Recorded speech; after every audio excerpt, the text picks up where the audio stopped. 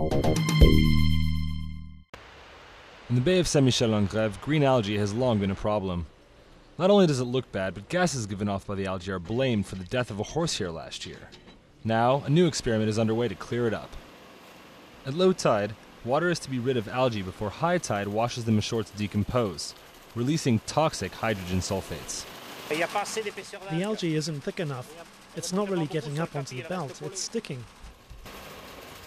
This test run is not yet conclusive. However, after a few adjustments and tests with other machines, locals hope to rely on this new technique. It's in these areas here, in this stretch, that the algae we're finding on the beach proliferate. So we hope that collecting from these waters will reduce the quantities of algae that can be washed up onto the beach. 15,000 tons of green algae have already been cleared since the beginning of May, and the egg smell in Saint-Michel-en-Grève has cleared. But the algae problem remains unsolved. Officials and local groups are working to avoid last year's drama as we head into vacation season. Today the cleanup is going 7 days a week.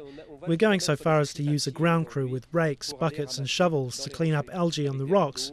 We're leaving nothing to chance. We're doing it all. But this all has its price.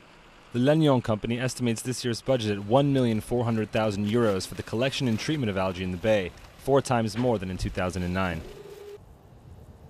The government had committed itself to 50% of the cleanup costs, but for an overall budget of €700,000 for all of Brittany, a fraction of the actual burden. Local authorities are preparing to file an appeal against the government after having the request for greater government involvement in the cleanup project rejected.